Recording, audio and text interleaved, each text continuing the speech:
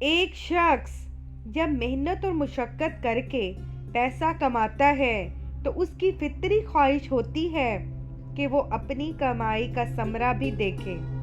اگر وہ محنت کر کے کمائے اور اس کی محنت کا کوئی پھل ظاہر نہ ہو تو ایک دن وہ تھک ہار کر بیٹھ جائے گا۔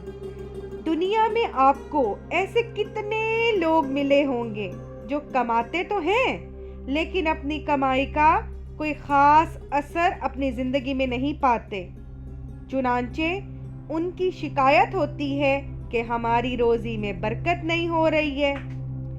وہ ہمیشہ پریشان رہتے ہیں۔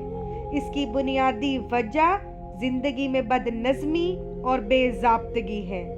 اگر زندگی سے بد نظمی ختم ہو جائے اور آمدنی کے تعین منظم پلاننگ کر لیں تو ہم خاطر خواہ طریقے سے اپنی آمدنی کی بچت کر سکتے ہیں، جو میں اگلی ویڈیو میں بیان کروں گی۔